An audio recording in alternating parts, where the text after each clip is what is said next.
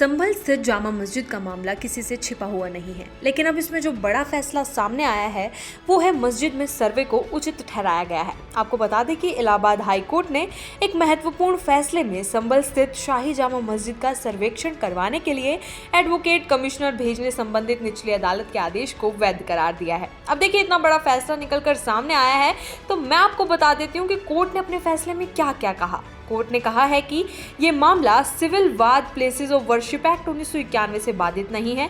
अधीनस्थ अदालत के 19 नवंबर 2024 के आदेश में कोई अवैधानिकता या अनियमितता नहीं पाते हुए कोर्ट ने संभल जामा मस्जिद की प्रबंध समिति की पुनर्निरीक्षण याचिका खारिज कर दी है। इस फैसले से जामा मस्जिद में प्रवेश और उसके संरक्षण के दावे की सुनवाई का रास्ता साफ हो गया है। यह आदेश न्यायमूर्ति रोहित रंजन अग्रवाल की एकल पीठ ने जामा मस्जिद संभल की प्रबंध समिति की पुनर्निरीक्षण याचिका पर दिया है। हाई कोर्ट ने कई मुख्य बिंदुओं पर विस्तृत विचार किया। कोर्ट ने कहा, सर्वे कार्रवाई 19 नवंबर से 24 नवंबर 2024 तक चली। ये दो नहीं, एक ही कार्रवाई थी। शास्त्रीय और ऐतिहासिक प्रमाणों का उल्लेख करते हुए कोर्ट ने कहा, कथित संभल मस्जिद 1920 से ही भारतीय पुरातत्व सर्वेक्षण से संरक्षित है। इस पर कोई विवाद नहीं है।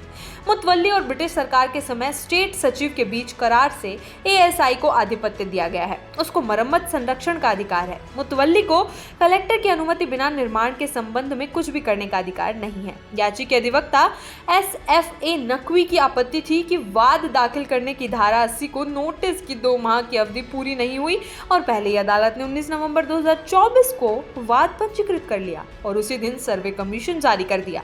ऐसी कोई अर्जेंसी नहीं थी।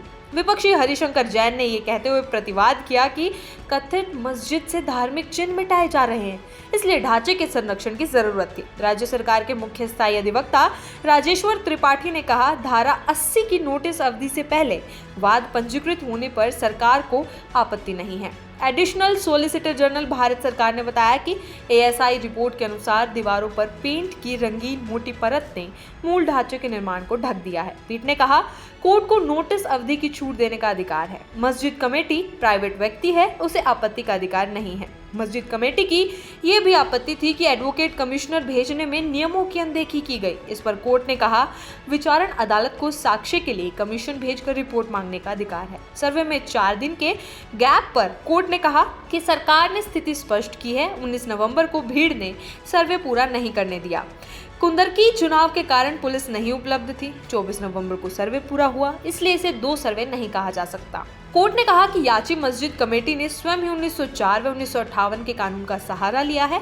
इसके तहत ढांचा एएसआई से संरक्षित है, तो 1991 के प्लेसेस ऑफ वर्शिप एक्ट के तहत वाद की पोषणीयता पर आपत्ति नहीं कर सकते। मंदिर पक्ष का कहना है कि सर्वे पूरा हो चुका है, इसलिए अब सीलबंद सर्वे रिपोर्ट सार्वजनिक किए जाने की मांग सक्षम मंच पर की जाए। हाई कोर्ट ने अधिवक्ता हरिशंकर जैन के तर्कों को सामने रखते हुए कहा कि उन्होंने अपने कानूनी अधिकार के लिए सिविल वाद दायर किया। कहा, मंदिर में प्रवेश से रोका न जाए।